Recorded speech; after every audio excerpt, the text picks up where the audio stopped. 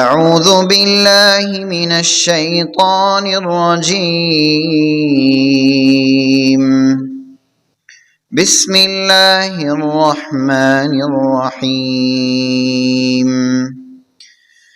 إن يوم الفصل كان ميقاتا يوم ينفخ في الصور فتأتون أفواجا وفتحت السماء فكانت أبوابا وسيرت الجبال فكانت سرابا إن جهنم كانت مرصادا للطاغين مآبا لابثين فيها أحقابا لا يذوقون فيها بردا ولا شرابا إلا حميما وغساقا جزاء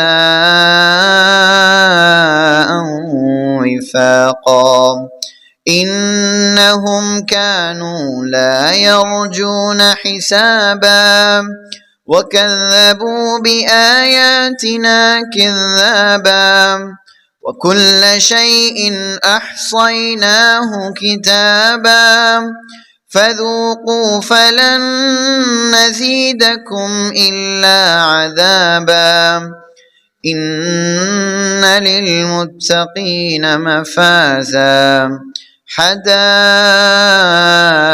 وأعنابا وكواعب أترابا وكأسا دهاقا لا يسمعون فيها لغوا ولا كذابا جزاء من ربك عطاء حسابا رب السماوات والأرض وما بينهما الرحمن رب السماوات والأرض وما بينهما الرحمن لا يملكون منه خطابا يوم يقوم الروح والملائكة صفا لا يتكلمون إلا من أذن له الرحمن وقال صوابا ذلك اليوم الحق فمن شاء اتخذ إلى ربه مآبا إنا أنذرناكم عذابا قريبا يوم ينظر المرء ما قدمت يداه ويقول الكافر يا ليتني كنت ترابا. سورۃ النبا کی یہ چند آیات تھیں جہاں ہمارے بھائی نے چھوڑا تھا، وہیں سے میں نے ان آیات کا کچھ تلاوت آپ کے سامنے رکھی۔ ان آیات کا ترجمہ دیکھ لیتے ہیں تاکہ ان آیات کا حق ادا کیا جا سکے۔ اللہ رب العالمین نے سورۃ النبا میں لوگوں کو آخرت کی دعوت دی، آخرت کے گھر میں ملاقات کی دعوت دی۔ آیت نمبر 17 سے میں نے پیش کیا ہے، میں ترجمہ ذکر کرتا ہوں۔ اللہ نے فرمایا ان یوم الفصل کان میقاتا، بے شک فیصلے کا دن ایک مقرر وقت ہے، فیصلے کا دن ایک مقرر وقت پر ہے۔ وہ مقرر وقت جب آئے گا تو وہ فیصلے کا دن آ جائے گا۔ یوم ینفخ فی الصور فتأتون افواجا، اس دن جس دن سور میں پھونکا جائے گا تو تم لوگ فوج در فوج اکٹھا ہو کر نکلو گے، آؤ گے۔ اور یہ دوسری سور کی بات چل رہی ہے، دو سور پھونکے جائیں گے، ایک سور کے موقع سے سب لوگ ختم ہو جائیں گے، جبکہ دوسری سور کے موقع سے سب لوگ اپنی قبروں سے باہر نکل کر حشر کے میدان میں اکٹھا ہونے لگیں گے. یوم ینفخ فی الصور فتأتون افواجا، اس دن سور میں پھونکا جائے گا تو تم لوگ فوج در فوج آؤ گے. وفتحت السماء فکانت ابوابا، اور آسمان کھولا جائے گا تو وہ دروازوں میں تقسیم ہو جائے گا، یعنی وہ دروازے بن جائے گا. یعنی آسمان کے اوپر جو پردہ لگا ہے اسے ہٹا دیا جائے گا اور سب کچھ ہمیں دکھنے لگے گا جو کچھ آسمان میں موجود ہے. وفتحت السماء فکانت ابوابا وسیرت الجبال فکانت سرابا، اور پہاڑوں کو چلایا جائے گا تو وہ سراب کی مانند بن جائیں گے. یعنی پہاڑوں کی کئی شکلیں ہیں، اس میں ایک شکل کیا ہے کہ وہ سراب بن جائے گا. سراب ریت میں انسان کو جب تلاش کرتا ہے انسان پانی وغیرہ کی، تو انسان کو کبھی کبھی دھندلا دھندلا سا پانی دکھتا ہے، ایسا لگتا ہے اس جگہ پانی، حالانکہ وہاں پانی موجود، اسی کو سراب بولتے ہیں. یعنی وہ چیز جو لگ رہی ہے کہ ہے لیکن وہ موجود نہیں ہوتی. یعنی کہ انسان سمجھے گا کہ پہاڑ ہیں لیکن پہاڑ موجود نہیں ہوں گے، وہ ریت کی طرح بکھر کر اڑ جائیں گے. ان جہنم کانت مرصادا، بے شک جہنم گھات لگائے بیٹھی. گھات لگا کر بیٹھنا یعنی کہ کسی کا انتظار کرنے، جیسے دشمن گھات لگا کر چپکے سے کہیں چھپ جاتا ہے، اسی طرح جہنم بھی گھات لگا کر انتظار کر رہی ہے، بیٹھی ہوئی. للطاغین مآبا، یہ سرکشوں کا ٹھکانہ، سرکشی کرنے والوں کا ٹھکانہ ہے. جو انسان سرکش ہے، جو انسان ظلم و زیادتی کرتا ہے دوسروں پر یا اپنے اوپر، اس کا ٹھکانہ کیا ہے؟ جہنم ہے. لابثین فیہا احقابا، اور جہنم میں وہ مدتوں رہنے والے ہیں، ایک طویل مدت تک وہ اس میں رہیں گے. لابثین فیہا، اس میں ہمیشہ ہمیشہ رہنے والے ہیں. احقابا، ایک مدت تک، کئی طویل مدت تک وہ اس میں رہنے والے ہیں. لا یذوقون فیہا بردا ولا شرابا، اور جہنم میں وہ لوگ نہ تو ٹھنڈک کو اور نہ ہی مشروب یعنی پینے کی کوئی چیز پا سکیں گے. اور پینے کو کیا ملے گا؟ الا حمیما وغساقا، ملے گا تو کیا؟ حمیم یعنی گرم کھولتا ہوا پانی، وغساقا اور بہتی ہوئی پیپ. الا حمیما وغساقا جزاء وفاقا، اور یہ بدلہ ہے موافق، یعنی کہ جو آپ نے عمل کیا اسی کے مطابق آپ کو بدلہ دیا جائے گا، یعنی پورا پورا بدلہ دینے کے لیے.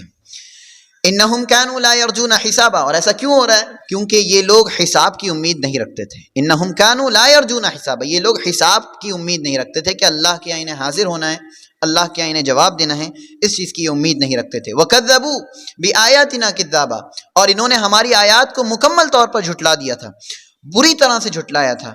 وکل شیء احصیناہ کتابا، اور ہر چیز کو ہم نے کتاب میں لکھ لیا ہے، اور ہر چیز کو ہم نے اسے لکھ کر کیا کر لیا ہے؟ احصینا، محفوظ کر لیا، جمع کر لیا، اکٹھا کر لیا. اللہ رب العالمین نے جو بھی ان کے اعمال ہیں، اللہ رب العالمین نے فرشتے لگا رکھے ہیں، اور جو کچھ وہ کرتے رہے اللہ نے اسے ایک کتاب میں محفوظ کرا لیا ہے. فذوقوا، تو تم عذاب کا مزہ چکھو. فلن نزیدکم الا عذابا، تو ہم تمہیں صرف عذاب میں ہی بڑھائیں گے، یعنی تمہیں عذاب پر عذاب ملتا جائے گا اور عذاب یہ بڑھتا جائے گا. اس کے بعد اللہ نے جنتیوں کا ذکر کیا. ان للمتقین مفازا، بے شک متقیوں کے لیے کامیابی ہے. حدائق و اعنابا، باغات ہیں اور انگور ہیں. وکواعب اترابا، اور حسین قسم کی، خوبصورت قسم کی خواتین موجود ہیں. وکواعب اترابا، اور ایسی ہیں جو آپ کے برابر برابر کی ہوں گی، یعنی ہمسر برابر.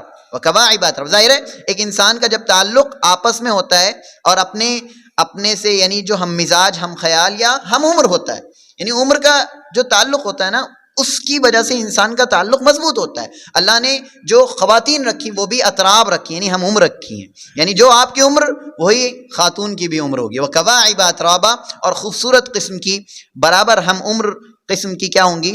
خواتین موجود ہوں گی. کہاں؟ جنت میں. وکأسا دہاقا، اور چھلکتے ہوئے پیالے موجود ہوں گے. وکأسا دہاقا لا يسمعون فیہا لغوا ولا کذابا، اور لوگ جنت میں نہ تو کسی قسم کی لغو بات سنیں گے اور نہ ہی جھوٹ کو سنیں گے، یعنی کہ بیہودہ بکواس سی باتیں نہیں سنیں گے اور نہ ہی جھوٹ کو سنیں گے. بہت سادہ، بہت اچھی باتیں، بہت اچھے مزاج کے لوگ وہاں ہوں گے اور بہت اچھی باتیں ہو رہی ہوں گی.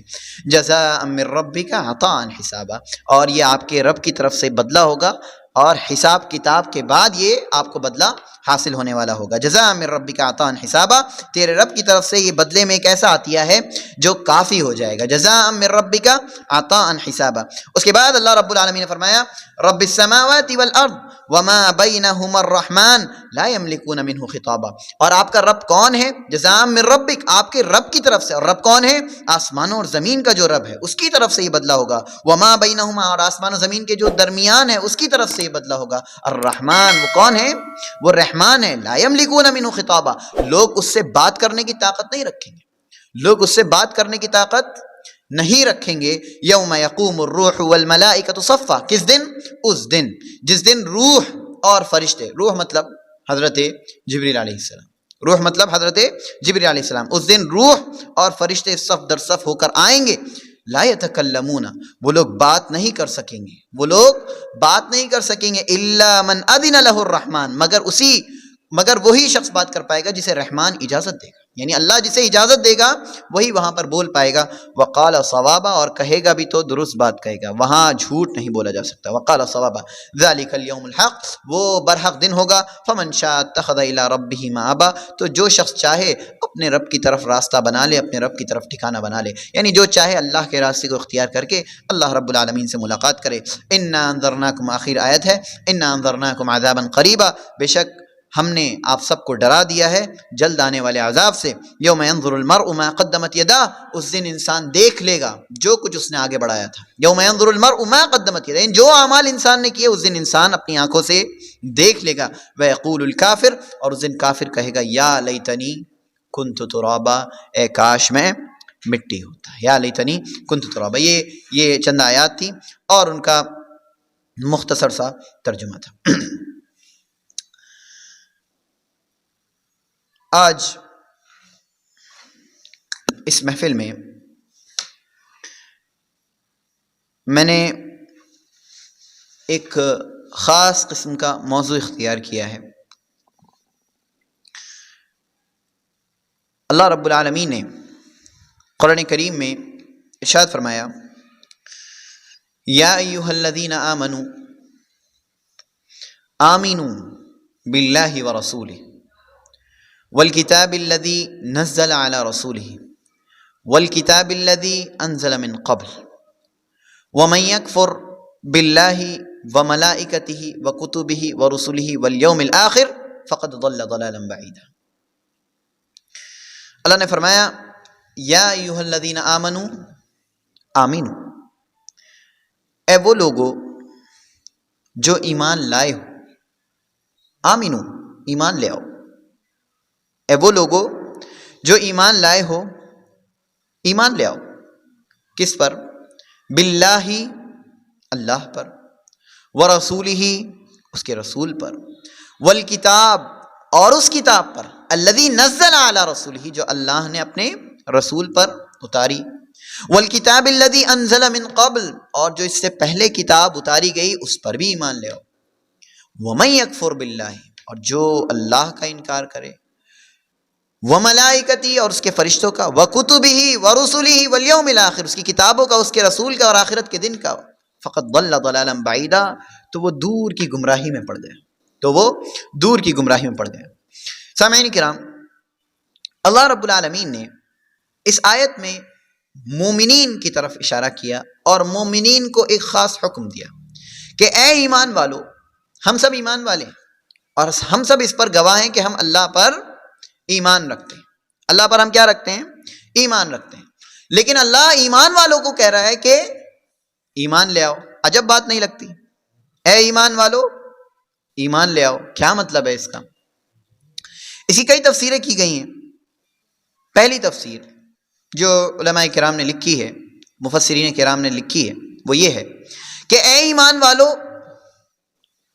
وہ والا ایمان لے آؤ جو شرعی ایمان ہے۔ اے ایمان والو، وہ والا ایمان لے آؤ جو شریعت نے آپ سے ایمان مانگا ہے، جو اللہ نے آپ سے ایمان مانگا ہے، جو اللہ کے نبی صلی اللہ علیہ وسلم نے اپنے صحابہ کو ایمان دیا ہے، وہ والا ایمان لے کر آؤ۔ اے ایمان والو، یہ جو تمہارے پاس ایمان موجود ہے یہ وہ والا ایمان نہیں ہے، یہ تو تمہارا منمانی والا ایمان ہے، یہ تو زبانی دعووں والا ایمان ہے۔ اے ایمان والو، وہ والا ایمان لاؤ جو ایمان شریعت والا ایمان ہے، اور وہ ایمان کیا ہے؟ جس کی کسوٹی اللہ رب العالمین نے صحابہ کو قرار دیا. اللہ نے فرمایا فَإِنْ آمَنُوا بِمِثْلِ مَا آمَنْتُمْ بِهِ فَقَدْ اهْتَدَوْا. اگر لوگ اس طرح ایمان لائیں جس طرح تم لوگ ایمان لائے ہو، یعنی صحابہ کرام رضوان اللہ علیہم اجمعین، تو یعنی ایمان انسان کے پاس ہے لیکن وہ شریعت والا ایمان نہیں ہے، وہ حقیقی ایمان نہیں ہے، وہ صرف زبانی دعویٰ ہے، یا پھر کہہ سکتے ہیں اس میں اعمال میں بہت زیادہ کمی ہے، عقائد میں کمی ہے، صحیح طریقے کا ایمان نہیں ہے. جس طرح صحابہ ایمان لائے پیارے نبی صلی اللہ علیہ وسلم پر، اس طرح ایمان لانے کی ضرورت ہے. اللہ رب العالمین نے کیا کہا کہ اے ایمان والو ایمان لے آؤ. کیا مطلب؟ اس طرح جس طرح صحابہ ایمان لائے. یعنی صحابہ کیا ہیں؟ کسوٹی ہیں ہمارے لیے ایمان کی. ایمان کی کسوٹی کون ہے؟ صحابہ کرام. تو پہلا مطلب کیا ہوا کہ اے ایمان والو اللہ پر ایمان لے آؤ، یعنی اللہ رب العالمین نے جن لوگوں کو ایمان والا ٹھہرایا ہے ان کی طرح ایمان لے آؤ، شرعی ایمان لے آؤ. تمہارے پاس شرعی ایمان موجود نہیں ہے. ایک مطلب تو یہ ہوا. عموماً ایمان والے اس دنیا میں شرک کر رہے ہوتے ہیں، عموماً ایسا ہوتا ہے. اور ایسا نہیں ہے کہ یہ میں زبانی دعویٰ کر رہا ہوں. اگر آپ دیکھیں لوگوں کی اکثریت شرک میں پڑی ہوئی ہوتی ہے. قرآن کریم میں اللہ رب العالمین نے اس کی صراحت کی ہے. قرآن کریم میں اللہ نے فرمایا وَمَا يُؤْمِنُ أَكْثَرُهُمْ بِاللَّهِ إِلَّا وَهُمْ مُشْرِكُونَ. ان میں سے اکثر جو اللہ پہ ایمان رکھتے ہیں مگر وہ شرک کر رہے ہوتے ہیں. یعنی شرک کے ساتھ انسان کیا کر رہا ہوتا ہے؟ ایمان لائے ہوئے ہوتا ہے. تو یہ ایمان شرعی نہیں ہے. جس ایمان میں شرک کی ملاوٹ داخل ہو جائے تو وہ ایمان شرعی ایمان نہیں ہے. تو اللہ یہاں کہہ رہا ہے کہ ایسا ایمان لاؤ جو صحابہ والا ایمان ہے، ایسا ایمان لاؤ جو شرعی ایمان ہے، ایسا ایمان لاؤ جس میں شرک کی ملاوٹ موجود نہ ہو، وہ والا ایمان لاؤ. اے ایمان والو ایمان لے آؤ. دوسرا مطلب اے ایمان والو ایمان لے آؤ، اس کا مطلب یہ ہے کہ تم لوگ اپنے ایمان کو نیا کرو، اپنے ایمان کو نیا کر لو. سامعین، انسان کے پاس کپڑے ہوتے ہیں. کپڑے 1 سال کے بعد، 2 سال کے بعد، 3 سال کے بعد پرانے ہونے لگتے ہیں. ہوتے نہیں ہوتے؟ ہوتے ہیں. ایسے ہی ہمارا ایمان ہے. ایمان کی بھی حالت اسی طرح ہے جس طرح ہمارے کپڑوں کی حالت ہے. جس طرح ہمارے کپڑے بوسیدہ ہو جاتے ہیں، پرانے ہو جاتے ہیں، نئے کپڑے لینے پڑتے ہیں، نیا کرنا پڑتا ہے، کپڑے کو اچھے سے دھونا پڑتا ہے، خراب ہو جاتے ہیں، گندگی لگ جاتی ہے، خرابی آ جاتی ہے، کمی آ جاتی ہے کپڑوں کی، تو ہم نئے کپڑے خریدتے ہیں یا کپڑوں کو نیا کرتے ہیں، کسی طریقے سے بھی کرتے ہیں. تو یہاں پر بھی ایمان کا مطلب کیا ہے؟ اے ایمان والو اپنے ایمان کو نیا کرو. تمہارا ایمان پرانا ہو چکا ہے، اب اس ایمان میں اتنا مزہ نہیں، اس میں اتنی جان نہیں، اسے ایمان کو نئے کرنے کی ضرورت ہے.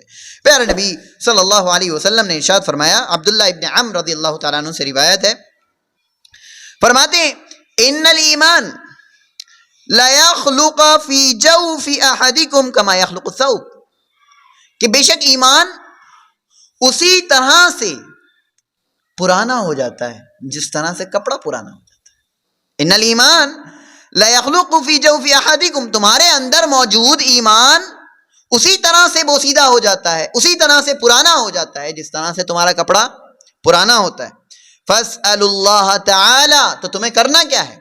تم اللہ تعالی سے مانگو ان یجدد الایمان فی قلوبکم، کہ اللہ ایمان کو تمہارے دلوں میں نیا کر دے. اللہ سے کیا مانگنے کی ضرورت ہے کہ اے اللہ ہمارے پاس ایمان ہے. پہلے والی جو قسم تھی اے ایمان والو ایمان لے، ان کے پاس صحیح والا ایمان نہیں تھا. اور جن کے پاس صحیح ایمان ہے ان کو کیا حکم ہے کہ وہ اپنے اس ایمان کو نیا کریں. ظاہر سی بات ہے ہم اور آپ تو اسی دعوے کو لے کر بیٹھے ہیں کہ ہمارے پاس صحیح ایمان موجود ہے. تو ہماری کیا ذمہ داری ہے کہ ہم اپنے اس ایمان کو کیا کریں؟ نیا کریں. اور کیسے نیا کریں؟ اللہ رب العالمین سے سوال کر کے. فاسألوا اللہ تعالی ان یجدد الایمان فی قلوبکم، اللہ سے مانگنے کی ضرورت ہے کہ اللہ ہمارے دلوں میں ایمان کو نیا کر دے. اسی طرح تیسرا سبب اور تیسری چیز جو اس آیت کے ضمن میں آتی ہے، یا ایھا الذین آمنو آمینو، اے ایمان والو ایمان لے آؤ۔ سامعین اکرام، ایک معنی یہ ہے اس کا کہ ایمان کے مراتب ہوتے ہیں، ایمان کے لیولز ہوتے ہیں، ایمان گھٹتا اور بڑھتا ہے، ایمان گھٹتا اور بڑھتا ہے۔ لہذا ایک معنی یہ ہے کہ ایمان میں زیادتی کے اسباب کو اپناؤ، یعنی ایمان تمہارا بڑھے، اس چیز کو اختیار کرو۔ تو آیت کا معنی ہوگا اے ایمان والو ایمان لے آؤ، یعنی اپنے ایمان کو بڑھانے کی کوشش کرو، اپنے ایمان کو بڑھانے کی کوشش کرو ان سارے اسباب کو اختیار کر کے جو ایمان کو بڑھا دیں۔ پہلے والے میں ایمان شرعی موجود نہیں تھا تو ایمان لانے کی ضرورت تھی، صحیح ایمان۔ دوسرے والے میں صحیح ایمان تھا لیکن وہ پرانا ہو گیا، اسے نیا کرنے کی ضرورت ہے۔ اور تیسرے میں ایمان میں زیادتی اور بڑھانے کی ضرورت ہے کہ ہم اس ایمان کو بڑھائیں نیک اعمال کر کے۔ سامعین کرام، ایمان کم بھی ہوتا ہے اور بڑھتا بھی ہے، اور یہ عقیدہ اہل سنت کا ہے، اہل سنت والجماعت کا یہ عقیدہ ہے کہ ایمان گھٹتا اور بڑھتا ہے۔ کیسے گھٹتا اور بڑھتا ہے؟ گھٹتا ہے گناہ کر کے اور بڑھتا ہے اللہ کی فرما برداری کر کے۔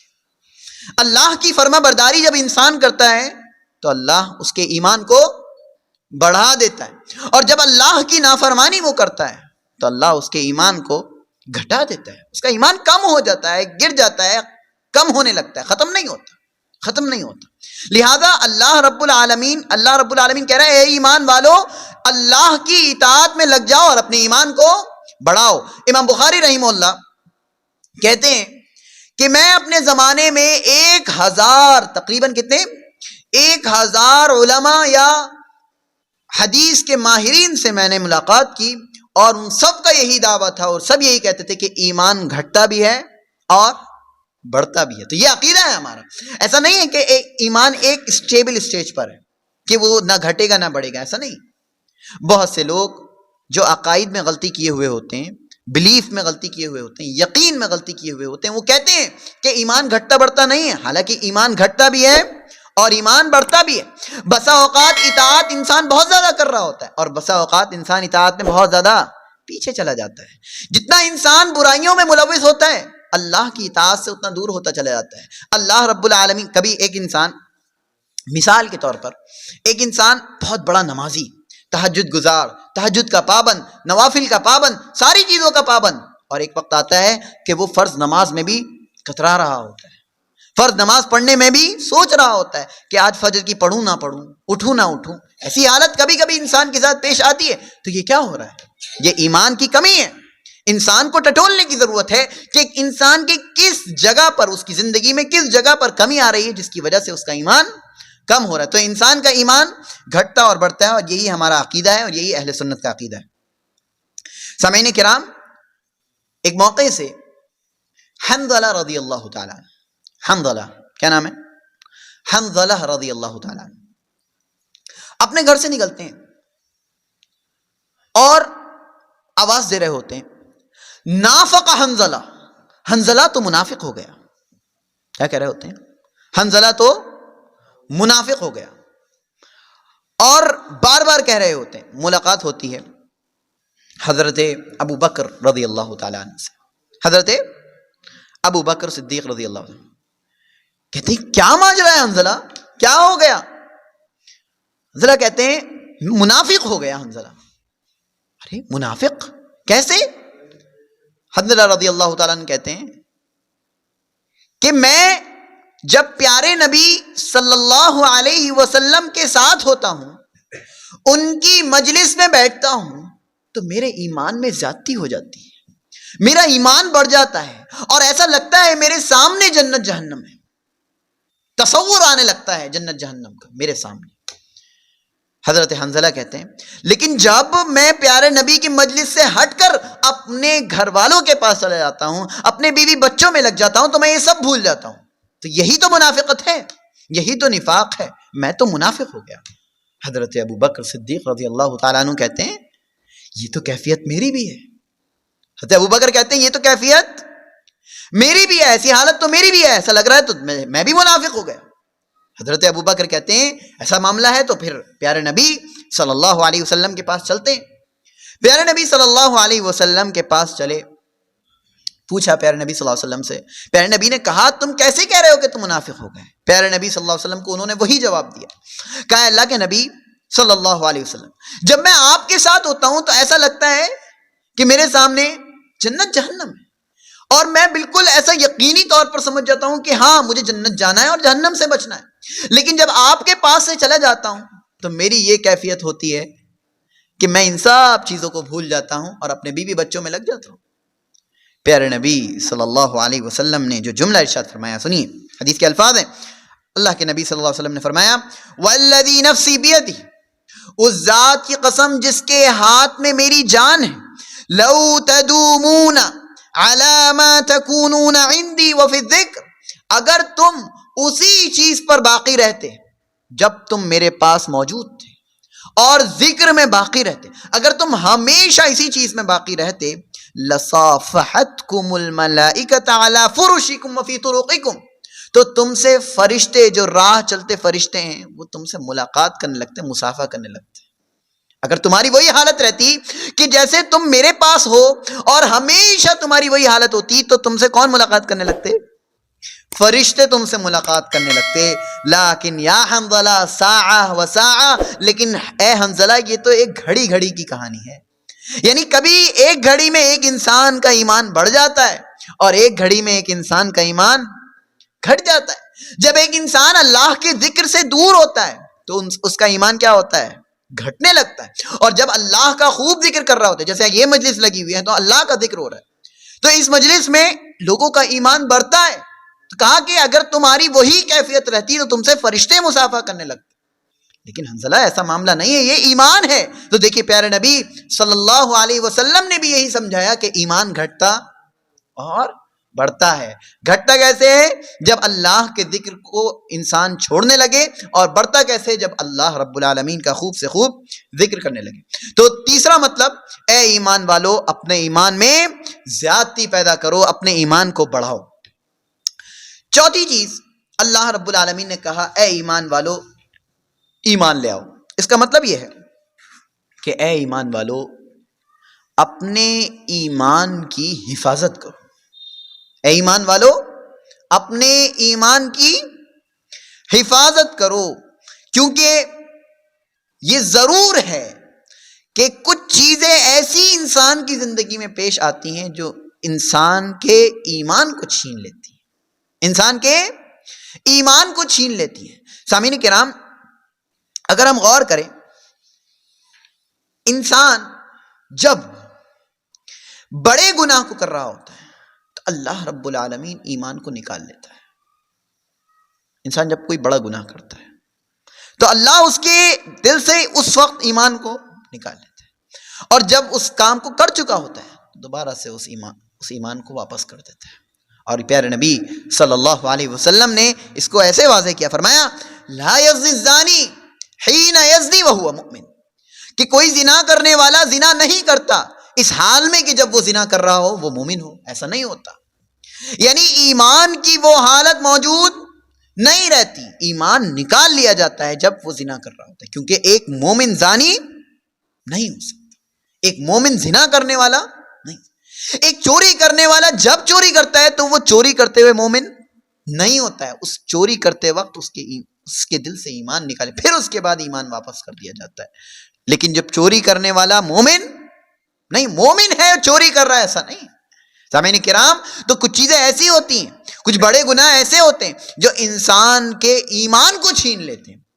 سامعین کرام, اللہ رب العالمین نے چوتھا جو اشارہ کیا وہ اس طرف کہ اے ایمان والو اپنے ایمان کی حفاظت کرو. تو یہ چار چیزیں موجود ہیں یہاں پر. سب سے پہلا کیا کہ اے ایمان والو اللہ پر ایمان لاؤ. کون سا والا؟ شرعی ایمان, حقیقی ایمان جو شریعت میں موجود ہے, جو اللہ کے دین والا ایمان ہے, جو اللہ نے دین دیا ہے اس طرح کا ایمان لاؤ, جو صحابہ والا ایمان ہے. اس میں بتایا میں نے کسوٹی کون ہے؟ ہمارے صحابہ کرام. اور دوسرا مطلب کیا تھا؟ اے ایمان والو جی اپنے ایمان میں زیادتی پیدا کرو. اور تیسرا مطلب کیا تھا؟ اے ایمان والو اپنے ایمان کو نیا کرو. اور چوتھا مطلب کیا تھا؟ اے ایمان والو اپنے ایمان کی حفاظت کرو. تو یہ 4 مطلب ہمیں اس آیت سے ملتے ہیں. سامعین کرام، اب ہماری یہ ذمہ داری ہے کہ ہم اور آپ اس چیز میں غور کریں کہ ہمارے پاس بھی ایمان موجود ہے. تو سب سے پہلے ہمیں اصلاح کرنے کی ضرورت ہے. کیا؟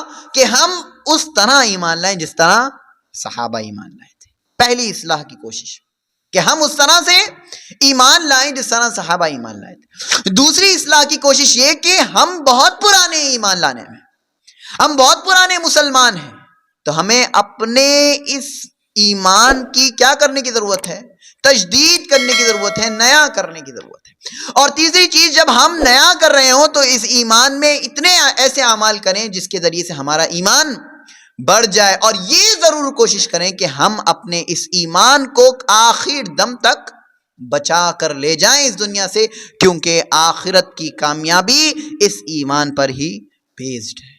آخرت کی انسان کو اگر کامیابی چاہیے تو بغیر ایمان کے کامیابی مل نہیں سکتی. قرآن کریم میں اللہ رب العالمین نے فرمایا وَاعْبُدْ رَبَّكَ حَتَّى يَأْتِيَكَ الْيَقِينُ، اپنے رب کی عبادت کرتے رہو یہاں تک کہ تمہیں موت آ جائے. سامعین کرام، یہاں تک کہ انسان کو موت آ جائے تب تک اللہ رب العالمین کی عبادت کرنی ہے، اللہ رب العالمین پر ایمان رکھنا ہے. سامعین کرام، ایک اور چیز جو بہت اہم ہے اور جو ایمان کو نیا کرنے سے تعلق رکھتی ہے، جو ہمارے لیے ہے کہ اے ایمان والو ایمان لے آؤ. اگر ایک انسان اپنے ایمان کو صحابہ والا ایمان بنائے، اپنے ایمان کو تجدید کر کے نیا کر لے، اپنے ایمان کو بڑھائے، اپنے ایمان کی حفاظت کرے، اگر یہ چاروں چیزیں کر رہا ہے تو دیکھیے کیا ہوگا. انسان جو بھی عمل کرے گا اللہ رب العالمین اسے زیادہ نیکیاں دے گا. انسان کو زیادہ نیکی. تعجب کی بات ہے کہ ایک انسان 2 رکعت نماز پڑھتا ہے اور دوسرا انسان 2 رکعت نماز پڑھتا ہے، دونوں مسلمان ہیں، لیکن ایک کو 700 نیکیاں مل رہی ہیں اور ایک کو صرف 10 نیکیاں مل رہی ہیں. فرق کیا ہے؟ فرق کس چیز کا ہے؟ فرق کس کا ہے؟ ایمان کا فرق ہے. جس طرح کا آپ کا ایمان ہوگا اس طرح کا اللہ رب العالمین آپ کو اجر دے گا. جتنا اچھا ایمان ہوگا اتنا زیادہ اجر ملے گا، اور جتنا ہلکا ایمان ہوگا اتنا کم اجر ملے گا. کیسے؟ پیارے نبی صلی اللہ علیہ وسلم نے فرمایا اذا احسن احدکم اسلامہ، جب تم میں سے کوئی ایک اپنے اسلام کو، اپنے ایمان کو اچھا کرے. اذا احسن احدکم اسلامہ، جب تم میں سے کوئی ایک اپنے اسلام کو اچھا کرے. اچھا کرنے کے 4 مطلب میں نے بتا دی اور میں بارہا اس کو ذکر کر رہا ہوں. شرعی ایمان بنائے، ایمان کو نیا کرے، ایمان کو بڑھائے اور ایمان کی حفاظت کرے. اگر کوئی انسان ایسا کر رہا ہے تو کیا ہوگا؟ فَكُلُّ حَسَنَةٍ يَعْمَلُهَا تُكْتَبُ لَهُ بِعَشْرِ أَمْثَالِهَا، تو ہر وہ نیکی جو وہ کر رہا ہے اللہ رب العالمین اس نیکی کے بدلے میں اسے 10 گنا دیتا ہے. کتنا؟ 10 نیکیاں لکھ دی جاتی ہیں. إِلَى 700 ضِعْف، اور کہاں تک؟ 700 گنا تک. لیکن یہ 700 گنا کس کو حاصل ہوگا؟ جس کا جتنا زیادہ لیول ہوگا ایمان کا اس کو اتنی زیادہ نیکیاں ملے گی. سامعین کرام، تو انسان کے ایمان کی وجہ سے اللہ رب العالمین عمل کے اجر میں زیادتی اور کمی کرتا ہے. 10 سے اوپر 20، 20 سے اوپر 30. یہ کیسے بڑھے گا؟ جتنا پکا، جتنا مضبوط ایمان ہوگا. سامعین کرام، یہاں ایک چیز میں ایڈ کر دوں.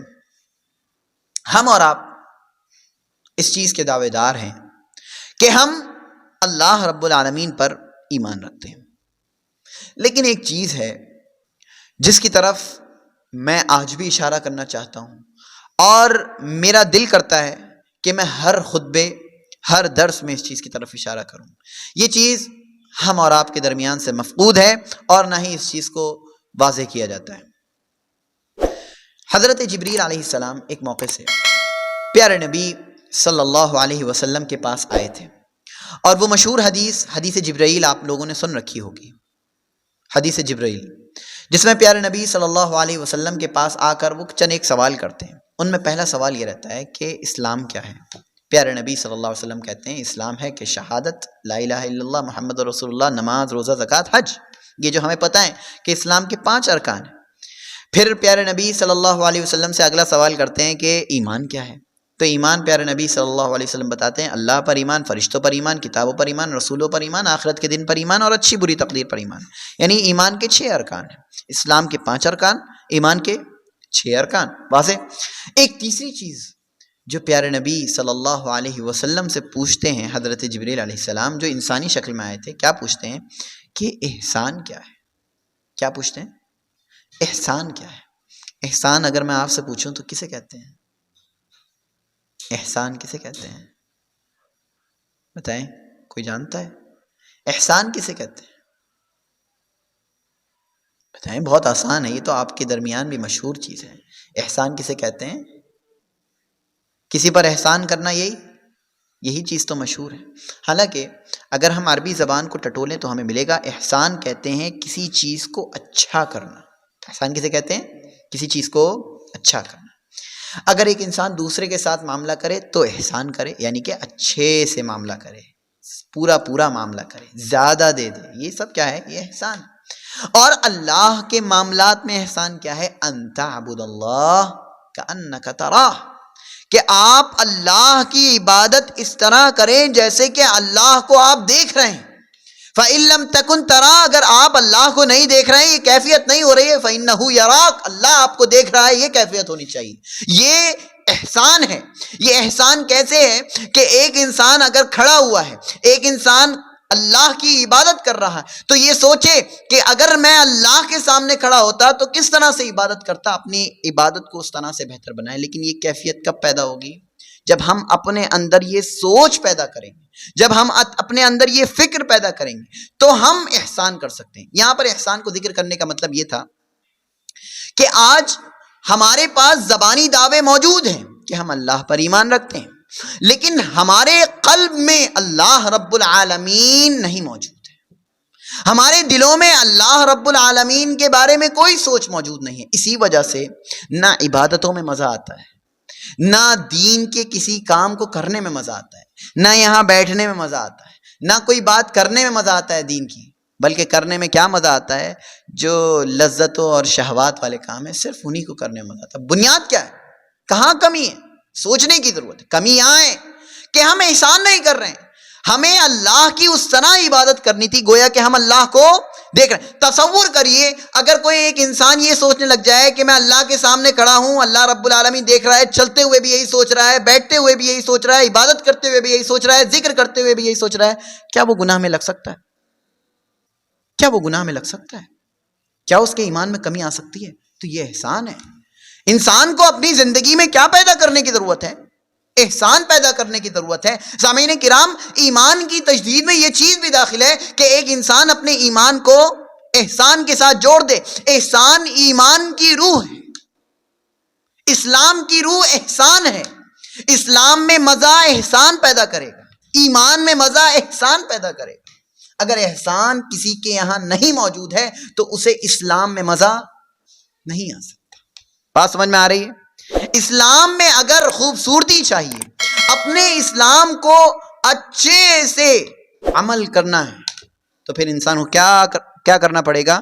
احسان پیدا کرنا پڑے گا. اپنی زندگی میں احسان پیدا کرنے کی ضرورت ہے. یعنی قلب کا تعلق اللہ سے جوڑنے کی ضرورت ہے. تب جا کر ہم کہہ سکتے ہیں کہ ہمارا اسلام بھی خوبصورت اور ہمارا ایمان بھی خوبصورت. سامعین کرام، تو جو چیزیں میں نے 4 بتائی تھیں آپ کو، ان چیزوں کو اپنے ذہن میں رکھیں. شرعی ایمان لانا ہے، ایمان کو نیا کرنا ہے، ایمان میں زیادتی کے اسباب اپنانا ہے، اور ایمان کو خراب ہونے سے بچانا ہے. یہ ایمان کو اپنانے کے طریقے ہیں. اور ایمان کے اندر روح کیسے ڈالنی ہے؟ احسان کے ذریعے سے، کہ ہم اللہ رب العالمین کی عبادت اس طرح کریں گویا کہ ہم اللہ کو دیکھ رہے ہیں. اور اگر دوسرا لیول یہ ہے، اگر یہ نہیں ہو پا رہا ہے تو اللہ تو ہمیں دیکھ رہا ہے. عبادت میں یہ شکل پیدا کریں، ایمان میں یہ شکل پیدا کریں، اپنی زندگی میں یہ شکل پیدا کریں، تو دیکھیے زندگی کتنی خوبصورت ہوگی اور اعمال میں کتنی بڑھوتری ہوگی، ایمان میں کتنی بڑھوتری ہوگی. یہ بہت بہترین طریقہ ہے ایمان کو بڑھانے کا. سامعین کرام، ایمان کو بڑھانے کے چند ایک اسباب میں آپ کے سامنے رکھ دوں، اس کے بعد اپنی بات کو ختم کروں گا. 2-3 اسباب میں آپ کے سامنے رکھتا ہوں. پہلا سبب جو ایمان کو نیا کرنے میں کام آتا ہے، جو ایمان کو بڑھانے میں کام آتا ہے، وہ ہے کہ ایک انسان اچھے اور نیک لوگوں کی صحبت اختیار کرے. اچھے اور نیک لوگوں کی صحبت اختیار کرے. ایسا کیوں؟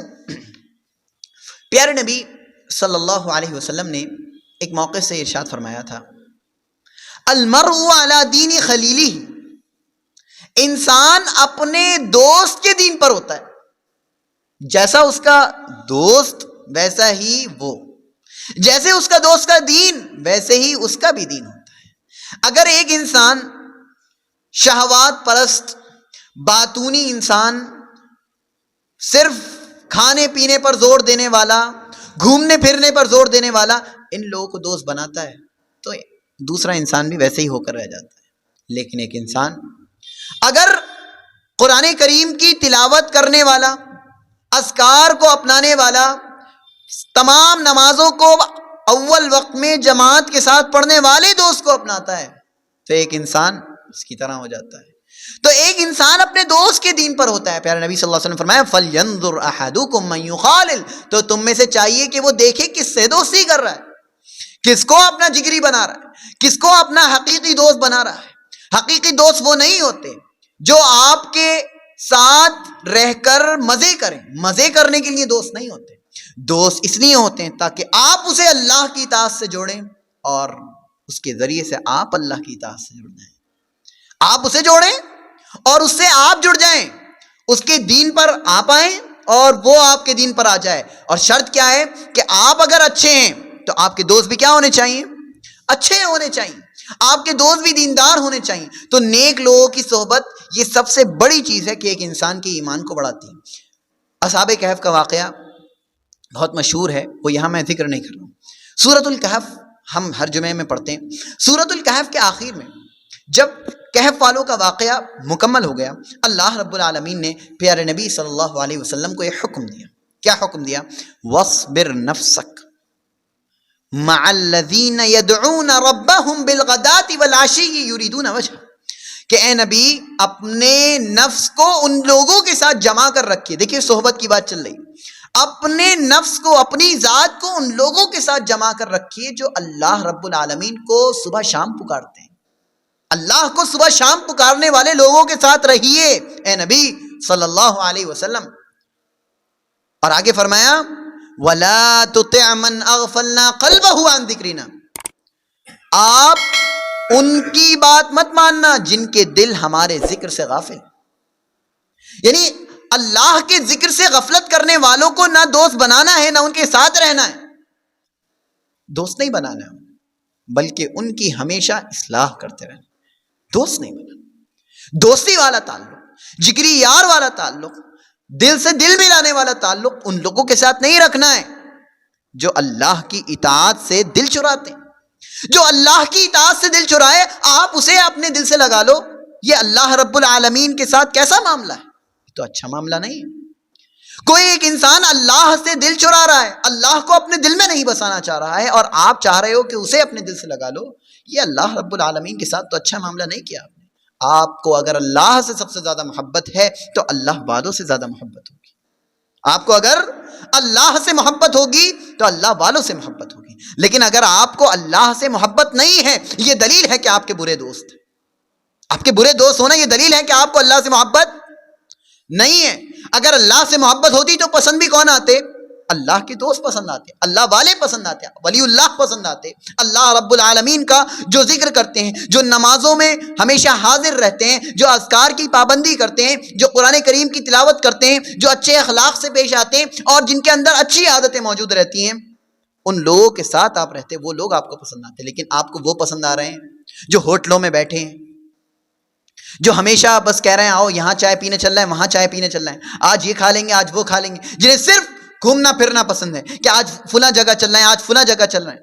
اس چیز کو جانا، اس چیز کو کرنا منع نہیں، لیکن یہی کرتے رہنا اور ایسے لوگوں کو دوست بنانا ہمیشہ اور ان کے ساتھ گھومتے پھرتے رہنا، یہ اپنے مقصد زندگی سے غفلت ہے۔ ایک انسان یہ کبھی کبھی کرے اور ایک انسان ہمیشہ یہ کرے، ان دونوں میں فرق ہے۔ ایک انسان کو اگر آپ اس چیز کی دعوت دے رہے ہیں کہ آپ وہاں چلیں وہاں چلیں، تو آپ اس چیز کی بھی دعوت دیں کہ آپ نماز پڑھیں، آپ اللہ کا ذکر کریں، آپ سگریٹ نہ پئیں۔ بہت سے ایسے لوگ ہیں جو بتاتے ہیں کہ ہمارے دوست سگریٹ پیتے ہیں، ہم کچھ نہیں کہ ہم نہیں پیتے۔ میں نے کہا وہ آپ کے دوست کیسے ہیں؟ آپ کے اگر وہ دوست ہیں تو آپ کو سمجھنے کی ضرورت ہے کہ آپ ان سے منع کریں کہ بھائی یہ چیزیں اچھی نہیں ہیں. ایک صاحب نے کہا کہ میرے دوستوں میں کوئی سگریٹ پینے والا نہیں ہے, بس ایک ہیں بھائی, 2-3 ہیں وہ حقہ پیتے ہیں. کیا پیتے ہیں؟ حقہ پیتے ہیں. سامعین کرام بولے میں نہیں پیتا, وہ پی لیتے ہیں. میں کہتا ہوں مجھے یہ سب چیزیں پسند نہیں, میری ہیلتھ پر اثر. یعنی آپ ہیلتھ کی وجہ سے اسے چھوڑ رہے ہیں, آپ اللہ کے لیے چھوڑ رہے ہیں. اللہ کے لیے چھوڑنے کی ضرورت ہے. سامعین کرام اگر ہم چیزوں کو چھوڑ بھی رہے ہیں تو دنیا کی وجہ سے, اور چیزوں کو کر بھی رہے ہیں تو لوگوں کی وجہ سے. سامعین کرام ہمیں ان چیزوں سے بچنے کی ضرورت ہے, ہمیں اچھے اور نیک لوگوں کو دوست بنانے کی ضرورت ہے. تو اللہ رب العالمین اصحاب کہف کے واقعے کے بعد, اس سے عبرت بتانے کے بعد یہ بتا رہا ہے پیارے نبی صلی اللہ علیہ وسلم کو کہ آپ کو ان لوگوں کے ساتھ جم جانا ہے جو اللہ کی صبح شام عبادت کرتے ہیں, اور ان سے ہٹ جانا ہے, ان کی بات نہیں ماننی ہے. جو کافر, ان سے نہیں کہا, جن کے دل اللہ کے ذکر سے غافل ہوں, آپ کو ان کی اطاعت نہیں کرنا ہے, ان کی بات نہیں ماننا ہے, ان کے ساتھ نہیں رہنا ہے. سامعین کرام یہ اللہ رب العالمین نے پیارے نبی صلی اللہ علیہ وسلم کو حکم دیا. اسی طرح دوسرا سبب جو ایک انسان کے ایمان کو بڑھاتا ہے, پہلا سبب نیک لوگوں کی صحبت, دوسرا سبب اللہ رب العالمین کی کتاب سے جڑنا. اللہ کی کتاب سے جڑنا. ایک انسان اپنے تعلقات کو اللہ کی کتاب سے مضبوط کر لے, اللہ سے تعلقات مضبوط ہو جائیں گے. ایک انسان کے تعلقات اگر اسے اللہ سے مضبوط کرنے ہیں تو کیسے مضبوط کرے؟ اللہ کی کتاب سے مضبوط کرے. اور اللہ کی کتاب سے مضبوط تعلق کرنے کا مطلب یہ ہے کہ ایک انسان اللہ کی کتاب کی تلاوت کرے, اس میں تدبر کرے, اس کو سمجھنے کی کوشش کرے اور اس پر عمل کرے. یہ اللہ کی کتاب کا حق ہے جو انسان کو ادا کرنا ہے. سامعین کرام اللہ رب العالمین نے اشارہ کیا ہے, ایمان کے نئے ہونے کا اشارہ کیا ہے کہ جو اللہ کی کتاب سے جڑتے ہیں ان کے ایمان میں نیا پن آ جاتا ہے. کیا فرمایا اللہ نے؟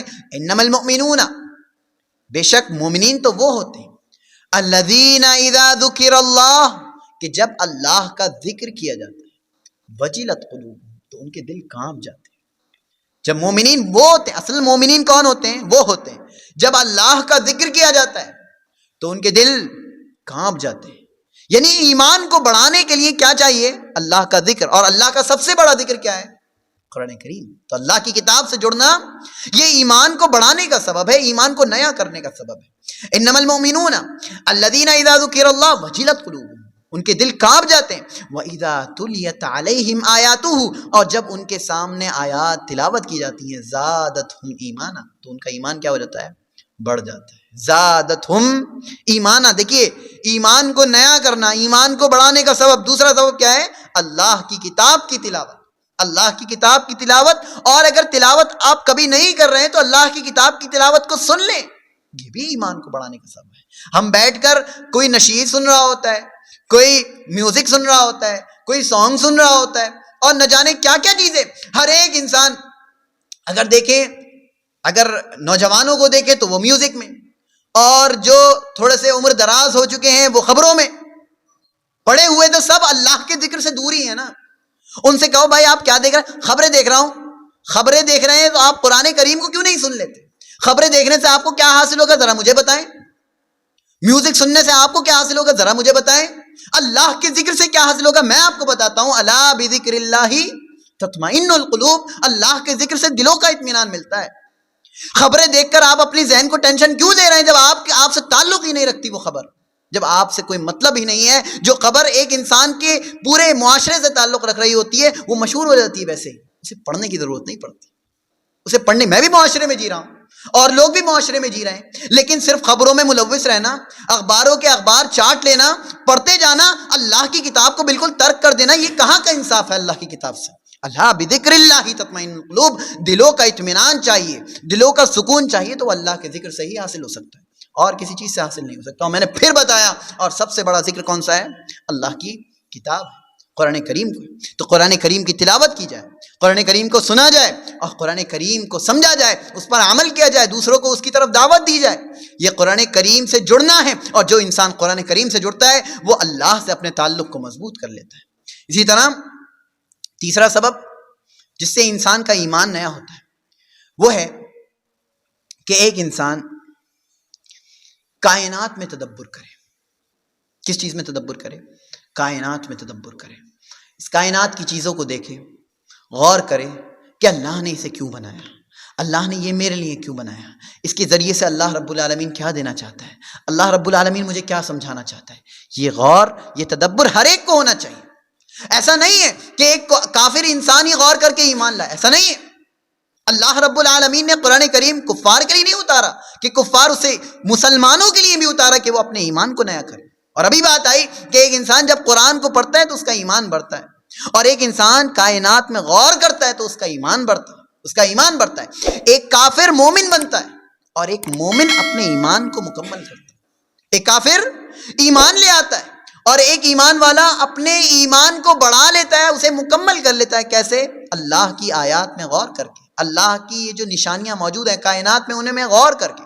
ایک موقع سے حضرت عائشہ رضی اللہ تعالیٰ عنہ فرماتی, کہتی ہیں کہ ایک رات پیارے نبی صلی اللہ علیہ وسلم نے تہجد کی نماز ادا کی, تہجد میں کھڑے. وہ دن عجیب تھا, وہ رات عجیب تھی, وہ موقع عجیب تھا. پیارے نبی صلی اللہ علیہ وسلم کی کیفیت عجیب تھی, اور اس رات پیارے نبی صلی اللہ علیہ وسلم بہت رو رہے تھے, بے حد رو رہے تھے. پھر اس کے بعد جب فجر ہوئی, پیارے نبی صلی اللہ علیہ وسلم نے سلام پھیرا. حضرت بلال کہتے ہیں اے اللہ کے نبی صلی اللہ علیہ وسلم فجر کا وقت ہو گیا. انہوں نے بھی اللہ کے نبی صلی اللہ علیہ وسلم کو روتے ہوئے دیکھا, تو دونوں نے سوال کیا, اللہ کے نبی صلی اللہ علیہ وسلم کیا ہوا, آپ اتنا کیوں رو رہے تھے, کیا کوئی خاص بات ہے اس رات کو؟ پیارے نبی صلی اللہ علیہ وسلم نے فرمایا لقد نزلت علی اللیلہ, یا کہیں گے کہ لقد نزلت علی اللیلہ آیتن, یا تو لقد نزلت یا لقد نزلت, کہ مجھ پر اس رات ایک ایسی آیت اتاری گئی. لقد نزلت علی اللیلۃ آیتن, کہ مجھ پر اس رات ایک ایسی آیت اتاری گئی. ویل, تباہی ہے, بربادی ہے اس کے لیے, لمن قرأها ولم يتفکر فیہا, جو اس آیت کو پڑھے اور اس میں غور نہ کرے. کیا ہے اس کے لیے؟ تباہی ہے, بربادی ہے, ویل ہے. سامعین کرام, وعید ہے, یہ وعید ہے, یہ دھمکی ہے. ویل نام کی ایک وادی ہے جہنم میں, ایک وادی جہنم میں کس نام کی ہے؟ ویل. اور ویل کا اصل معنی کیا ہے؟ تباہی اور بربادی. پیارے نبی صلی اللہ علیہ وسلم فرمایا ایسی آیت مجھ پر اتری ہے کہ جو انسان اسے پڑھے اس میں غور نہ کرے اس کے لیے تباہی ہے, بربادی. وہ آیت کیا ہے؟ ان فی خلق السماوات والارض واختلاف اللیل والنہار لآیات لأولی الالباب, کہ بے شک آسمانوں اور زمین کی پیدائش میں لآیات, اور دن اور رات کے عدل بدل ہونے میں, یعنی دن کا آنا پھر رات کا آنا, پھر دن کا آنا پھر رات کا آنا, ان چیزوں میں لآیات, بہت سی نشانیاں ہیں. کن کے لیے؟ عقل مندوں کے لیے. کن کے لیے؟ عقل مندوں کے لیے. ظاہر سی بات ہے اگر ایک ایمان والا عقل مند ہونے کا دعویٰ کر رہا ہے تو اللہ اسے دعوت دے رہا ہے کہ اگر تم عقل مند ہو تو کیا کرو, ان آیات میں غور کرو, ان آیات میں غور کرو. اور سنیں, اللہ نے جو عقل مند ہیں, عقل رکھنے والے لوگ ہیں, ان کی کوالٹیز بتائیں آگے. فرمایا الذین یذکرون اللہ, کون ہے یہ؟ جو اللہ کا ذکر کرتے ہیں, قیاماً, کھڑے ہو کر, وقعوداً, بیٹھ کر, وعلی جنوبہم, اپنے پہلو کے بل. کتنے ہو گئے؟ 3. اللہ کا ذکر کرتے ہیں کھڑے ہو کر, بیٹھ کر, اپنے پہلو کے بل. وَيَتَفَكَّرُونَ فِي خَلْقِ السَّمَاوَاتِ وَالْأَرْضِ, اور کیا کرتے ہیں؟ غور کرتے ہیں آسمانوں اور زمین کی پیدائش میں, آسمانوں اور زمین کی پیدائش میں. اور کیا کہتے ہیں؟ ربنا, اے ہمارے رب, ما خلقت ھذا باطلا, تو نے یہ چیزیں باطل پیدا نہیں کی, بیکار پیدا نہیں کی, ان کا کوئی نہ کوئی کیا ہے؟ کام ہے. سبحانک, اے اللہ تیری ذات پاک ہے ہر عیب سے. فقینا عذاب النار, تو ہمیں جہنم کے عذاب سے بچا لے, تو ہمیں جہنم کے عذاب سے بچا لے. سامعین کرام, اگر ہم غور کریں, پہلے اللہ کے ذکر کی بات ہے, پھر اس کے بعد پہلے اللہ کے ذکر کی بات آئی, پھر اس کے بعد غور کرنے کی بات آئی. کس میں؟ آسمانوں اور زمین کی پیدائش میں. اس کے بعد کس چیز کی بات آئی؟ سبحانک فقنا عذاب النار. اگر ہم غور کریں، اللہ کا ذکر کرنا یہ قولی عبادت ہے. اللہ کا ذکر کرنا قولی عبادت ہے. کھڑے ہو کر ذکر کرنا یہ عمل ہے، فعل ہے. قول فعل زبان سے بھی ہو گیا اور باڈی پارٹ سے بھی ہو رہا ہے. وَيَتَفَكَّرُونَ اور غور کرنا یہ کہاں سے عمل ہے؟ یہ دل سے عمل ہے. کتنی چیزیں ہو گئیں؟ 3. اور ایمان انہی 3 چیزوں کا نام. الایمان قول باللسان زبان سے اقرار کرنا، تصدیق بالجنان دل سے تصدیق کرنا، وعمل بالجوارح اور باڈی پارٹ سے عمل کرنا. 3 چیزوں کا نام ایمان ہے. اور یہی 3 چیزیں اللہ رب العالمین نے عقل مندوں کی ذکر کری. یعنی عقل مند کون ہے؟ جو ایمان رکھتے ہیں. عقل مند کون ہے؟ جو ایمان رکھتے ہیں. کیا کیا ہیں؟ اللہ کا ذکر کرتے ہیں یہ قول، کھڑے ہو کر ذکر کرتے ہیں یہ عمل، وَيَتَفَكَّرُونَ اور غور کرتے ہیں یہ کیا ہے؟ یہ دل کا عمل، یہ دل سے تعلق ہے. تو ایمان انہی 3 چیزوں کا نام ہے. اور اللہ نے عقل مندوں کی نشانی بتائی. تو سامعین کرام، عقل مند ایمان والے ہوئے. تو ایمان والوں کو یہ کہا گیا کہ ایمان والے اللہ کی مخلوقات میں اللہ نے جو چیزیں بنائی اس میں غور کرتے ہیں اور اس سبب کو تلاش کرنے کی کوشش کرتے ہیں جس سبب کی وجہ سے یہ چیزیں پیدا کی گئی ہیں. اور وہ سبب کیا ہے؟